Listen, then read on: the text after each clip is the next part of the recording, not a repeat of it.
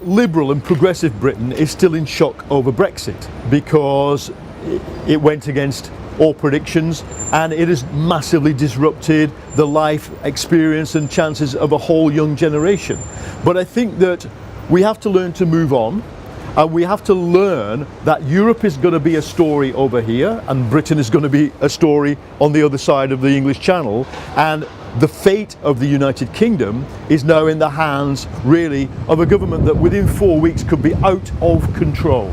That is what I mean, literally, without check or balance.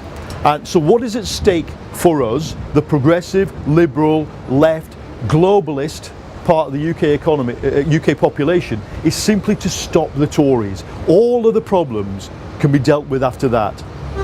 If Theresa May becomes Prime Minister, we'll get hard Brexit or catastrophic Brexit. That is the no-deal Brexit.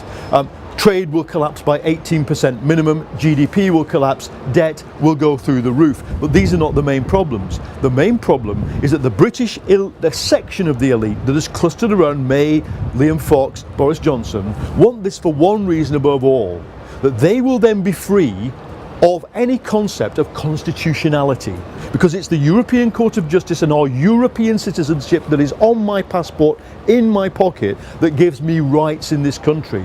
Once my rights are no longer universal but subject to the party manifesto of whoever happens to come along and lead a bloc of right and ultra-right voters, my rights count for nothing. We've seen massive events in the last 10 days. Theresa May has declared war verbally on Europe. Then she cements an alliance with this reactionary, xenophobic, nationalist and in some cases racist voting bloc from UKIP, and it goes over to the Tories.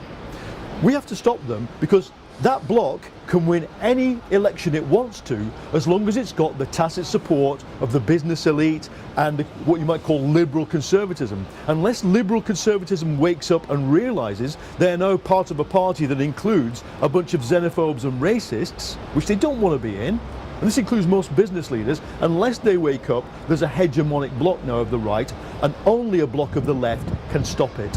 I would say to young people, now you know two things. Now you know that not all parties are the same. You've got three clear choices in England and Wales. You've got Labour, a very left-wing social justice platform. You've got the Lib Dems who want to stop Brexit, and you've got the Tories who want to crash the country.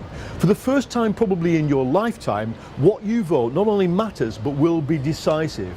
If just 10% more of you registered to vote and voted for one of the progressive parties, Liberal, SNP, Labour, Green, Plaid Cymru, you would defeat the Tories. You alone, that generation, could by registering and voting. So get out and speak to your friends, tell them to register, there's plenty of time left to do that. And when they say, I have, go, have you really? Because people will tell you they've registered and they won't.